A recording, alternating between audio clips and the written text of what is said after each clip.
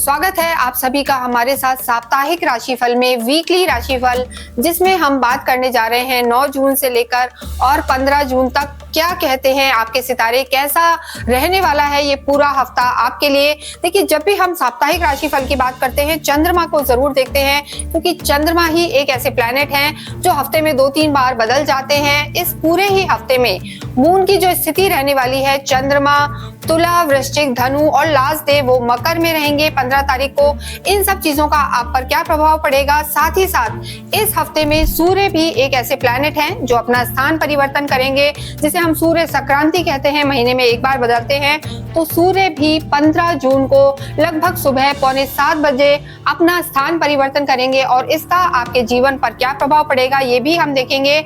और साथ ही साथ मंगल और केतु का अंगारक योग बना हुआ है, जो सभी में कहीं ना कहीं एक गुस्सा, फ्रस्ट्रेशन और चिड़चिड़ाहट बढ़ा सकता है, अग्नि तत्व बढ़ सकता है।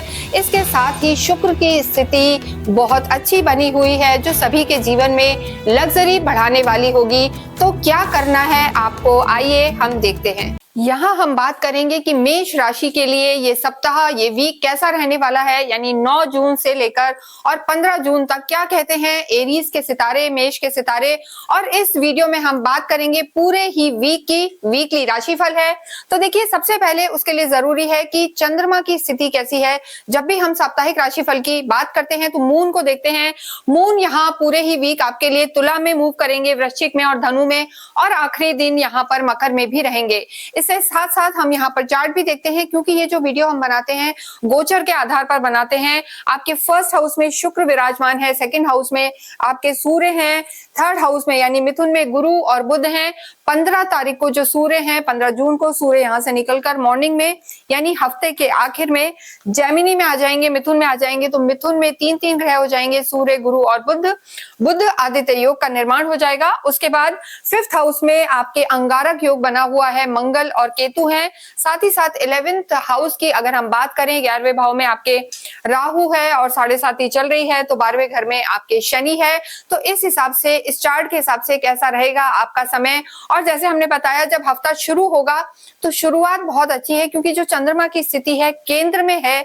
ये हमने आपको समझाने के लिए लिखा हुआ है कि चंद्रमा आपके केंद्र में है, यानी तुला में है, और सप्तम के चंद्रमा ठीक ही होते हैं। लेकिन जो मिडिल ऑफ द वीक रहेगा, लेकिन 11 से लेकर यानी आप मान के चलें 11, 12 और जो 13 तारीख रहेगी लगभग, वहां पर चंद्रमा आपके वृश्चिक में आ जाएंगे, यानी अष्टम में आ जाएंगे, 8वें घर में। और कभी भी जब भी चंद्रमा गोचर में 4थे, 8वें और 12वें हाउस में आते हैं, यानी 2 त्रिक भाव में आते हैं, तो वो अच्छे फल नहीं देते।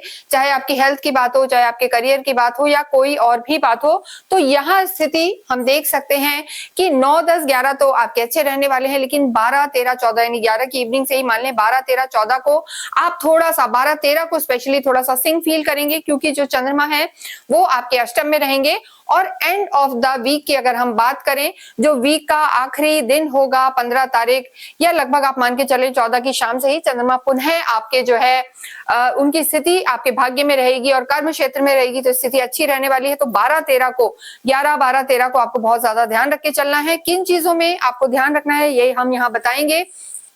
देखिए, ये जो वीडियो हम बनाते हैं मोस्टली चंद्र राशि के आधार पर, आप इसे रिलेट करके देख सकते हैं। यानी मेष राशि यानी आपकी जन्म की जो राशि है उसके आधार पर देखें, आप अपनी चंद्र राशि के आधार पर और लगन के आधार पर भी इसको रिलेट करके देख सकते हैं। देखिए, सबसे पहले यहाँ हम बात करेंगे आपके स्वास्थ्य के बारे में। स्वास्थ्य की जब भी हम बात करते हैं तो आपकी इम्यूनिटी को देखा जाता है, आपके फर्स्ट हाउस को देखा जाता है, और आपके जो फर्स्ट हाउस के लॉर्ड हैं मंगल हैं, और मंगल इस समय आपके 5th हाउस में चल रहे हैं, यानी त्रिकोण में है। तो वो स्थिति ठीक है, लेकिन यहाँ पर जो मंगल की स्थिति है वो केतु के साथ है, और साथ ही साथ वो सिंह राशि में है। तो यहाँ पर तीनों अग्नि तत्व हो गए, यानी सिंह राशि भी अग्नि राशि है एक तरीके से हम कह सकते हैं, और मंगल और केतु भी अग्नि तत्व को रिप्रेजेंट करते हैं। तो तबियत के हिसाब से अगर हम देखें तो यहाँ पर आपको एसिडिटी की प्रॉब्लम हो सकती है, पेट की समस्या हो सकती है, फायर एलिमेंट बढ़ता है तो गुस्सा भी ज्यादा रह सकता है, क्रोध की समस्या रहेगी, ओवर थिंकिंग रहेगी और साथ ही साथ आपको स्टमक भी डिस्टर्ब रह सकता है। इसके अलावा एक विशेष चीज हम और कहना चाहते हैं कि जो प्रेग्नेंट वुमेन है वो इस समय बहुत ज्यादा ध्यान रखें, क्योंकि थोड़ा गर्मी बढ़ती है और अगर वो कंसीव उन्होंने किया हुआ है किसी भी लेडी ने, तो उनका जो गर्भ है वो ठहरे, रिटेंशन इंपॉर्टेंट है, तो उस चीज का आपको बहुत ध्यान रखना है, गुस्सा नहीं करना है। तो यहाँ पर प्रेग्नेंट वुमेन को ध्यान रखना है, स्टमक का ध्यान रखना है, ये बहुत ज्यादा जरूरी है।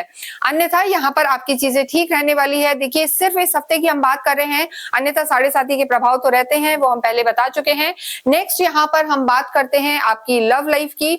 देखिए अगर एरीज के लिए, मेष राशि के लिए लव लाइफ को देखा जाए, चाहे कोई भी राशि हो, 5th हाउस को यहाँ पर देखा जाता है, पंचम को देखा जाता है और यहाँ पर आपके जो लॉर्ड हैं 5th हाउस के सूर्य हैं, जो पूरे ही हफ्ते आपके कुटुंब में रहेंगे और उसके बाद वो 15 तारीख को यहाँ पर आ जाएंगे, यानी जो 3rd हाउस है आपका मिथुन राशि में आ जाएंगे।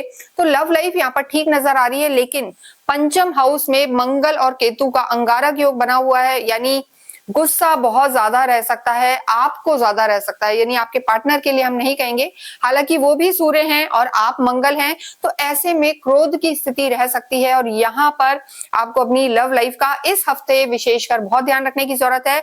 वो भी जो हम कहेंगे 12 और 13 तारीख आपके लिए थोड़ी सी नेगेटिव रह सकती है रिश्तों को लेके, तो रिश्तों को संभालें, आर्ग्यूमेंट्स में ना जाएं, क्रोध ना करें, यही आपके लिए बहुत ज्यादा जरूरी है। तो ऐसी स्थिति में अगर गुस्सा नहीं करेंगे, आर्ग्यूमेंट में नहीं जाएंगे, तो ये अंगारक योग आपका कुछ नहीं बिगाड़ पाएगा। लेकिन यहाँ पर हम एक चीज आपको बताना चाहते हैं, क्योंकि बहुत ज्यादा चांसेस हैं आपके पंचम भाव में ही जो है मंगल केतु का योग बना हुआ है, आप स्वयं भी सूर्य हैं, मतलब आपके जो पार्टनर हैं वो भी सूर्य हैं, आप खुद मंगल हैं, तो अग्नि तत्व थोड़ा बढ़ा हुआ नजर आ रहा है। तो गुस्सा शांत रहे आपका और किसी भी परिस्थिति में आपकी लव लाइफ डैमेज ना हो, उसके लिए जरूरी है कि आप रोज क्वार्ट्ज का ब्रेसलेट धारण कर सकते हैं, रोज क्वार्ट्ज का ब्रेसलेट पहने, इससे जो भी आपकी लव लाइफ की समस्या है वो दूर होगी।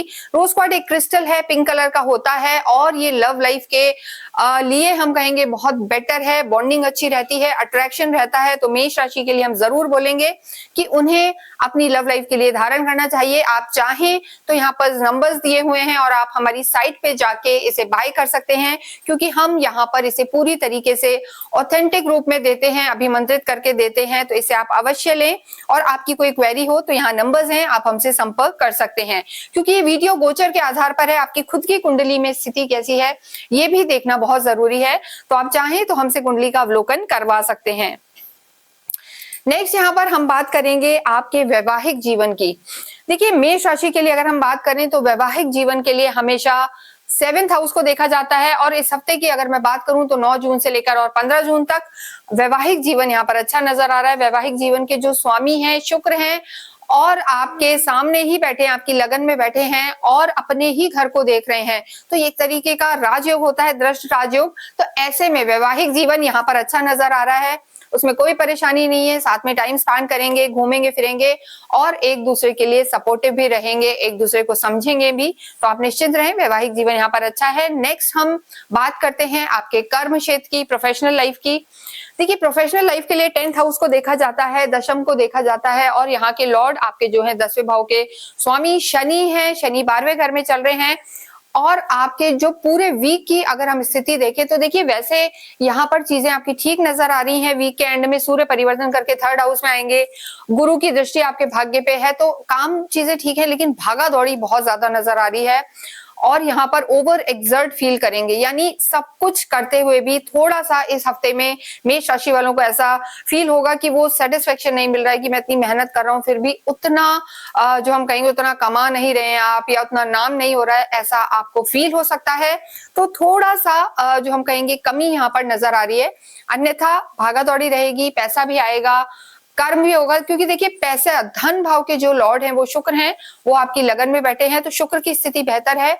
धन आएगा, जिम्मेदारियां बढ़ेंगी, भाग दौड़ रहेगी, पर थोड़ा सा जो कहा जाता है मुनाफा कम, या आपको ऐसा महसूस होगा। और एक और चीज विशेष हम आपको बताते हैं कि वीक के जो 13 तारीख है, स्पेशली 12-13 तारीख, उसमें अगर आपको कोई भी प्रोफेशनली डिसीजन लेना है तो आप या तो वीक के शुरू में लें या वीक के एंड में लें, क्योंकि चंद्रमा लगभग मिडिल ऑफ द वीक आपके अष्टम में रहेंगे। जब भी गोचर में चंद्रमा अष्टम में त्रिक भाव में आते हैं तो अच्छे फल नहीं देते।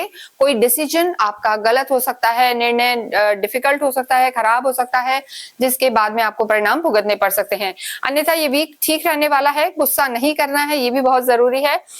नेक्स्ट हम बात करते हैं विद्यार्थियों के लिए। देखिए, विद्यार्थियों के लिए भी हमेशा 5th हाउस को देखा जाता है। केतु और मंगल यहाँ पर विराजमान है, तो बुद्धि तो काफी शार्प रहेगी, मेहनत भी करेंगे, सूर्य की स्थिति भी अच्छी है। तो ओवरऑल अगर हम देखें तो विद्यार्थियों के लिए समय अच्छा है। पर इस वीक में राहु की दृष्टि बराबर यहाँ पर बनी रहेगी, तो थोड़ा सा भटकाव यहाँ पर नजर आ रहा है। तो चंद्रमा जब अष्टम में चलेंगे तो स्थिति थोड़ी सी आपकी डामाडोल हो सकती है, यानी 12-13 तारीख को विद्यार्थियों में थोड़ा सा हम कहेंगे भटकाव रह सकता है, थोड़े सिंक रह सकते हैं, ओवर थिंकिंग रह सकती है। अन्यथा वीक की अगर हम शुरुआत देखें या एंड देखें तो यहाँ पर स्थितियां ठीक बनी हुई हैं।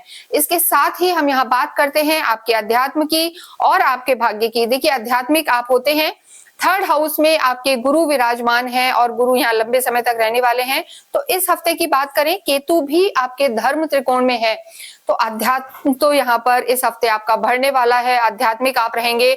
और चंद्रमा भी इंट्यूशन का कारक होता है। चंद्रमा आपके इस वीक में अष्टम में रहेंगे, मिडिल ऑफ द वीक 12-13 तारीख को, तो स्थितियां आपकी बेटर रहेंगी। यहाँ पर आपकी धार्मिक यात्राएं भी नजर आ रही हैं, शॉर्ट ट्रेवल, यानी कहीं आप आसपास के मंदिरों में जाके दर्शन कर सकते हैं। तो ये स्थिति यहाँ पर बेहतर है। अध्यात्म यहाँ पर मेष राशि वालों का बढ़ेगा, क्योंकि शनि की स्थिति भी ऐसी है, और आप नाम जप, ध्यान, इन सब चीजों में भी ज्यादा जाएंगे, तो आप निश्चिंत रहें। इसके बाद हम भाग्य की बात करें तो देखिए, भाग्येश आपके गुरु हैं, और गुरु का आपके 3rd हाउस में होना और खुद के ही घर को देना देखना आपके भाग्य को बढ़ाने वाला होगा। यानी जो गुरु हैं आपके नवम भाव को तो एक्टिवेट कर ही रहे हैं, इसके साथ साथ देखिए पंचम भी आपका एक्टिवेट है केतु के माध्यम से, लगन भी आपकी एक्टिवेटेड है, यानी शुक्र यहाँ पर बैठे हैं। तो इस पूरे ही हफ्ते आपको लग्जरी, पैसा, भाग्य बढ़ने वाला है, आपका साथ देगा। रिकैप देखें इस वीक का, तो देखिए कहीं ना कहीं जो हमने बताया है कि प्रेम में थोड़ा सा भंग पड़ सकता है, यानी आर्ग्यूमेंट्स में नहीं जाना, अंगारक योग बना हुआ है, गुस्सा रह सकता है। और मिडिल ऑफ द वीक यानी जो 12-13 तारीख है, इसमें आपको कोई भी मेजर डिसीजन नहीं लेने, चाहे प्रोफेशनल हो या पर्सनल। बाकी पूरा वीक यहाँ पर ठीक नजर आ रहा है, भाग्य आपका साथ देगा। हनुमान चालीसा का पाठ आपको करना चाहिए पूरे ही हफ्ते। सूर्य को भी आप जल चढ़ाएं, ये आपके लिए जरूरी है। और केतु और मंगल साथ हैं, इसलिए हम आपको कहेंगे कि कुत्तों को, स्ट्रीट डॉग को आपको जरूर से फीड करना है। ओम भूमाय नमः का जाप करते रहें। इसके साथ ही इस वीडियो को हम यहाँ विराम देते हैं। एक और विशेष चीज की, किसी भी इंपॉर्टेंट काम के लिए जाएं तो थोड़ा सा गुड़ खा के जाएं, और कमेंट बॉक्स में अवश्य ही राम रामचंद्र राम भद्र लिखें। Thank you.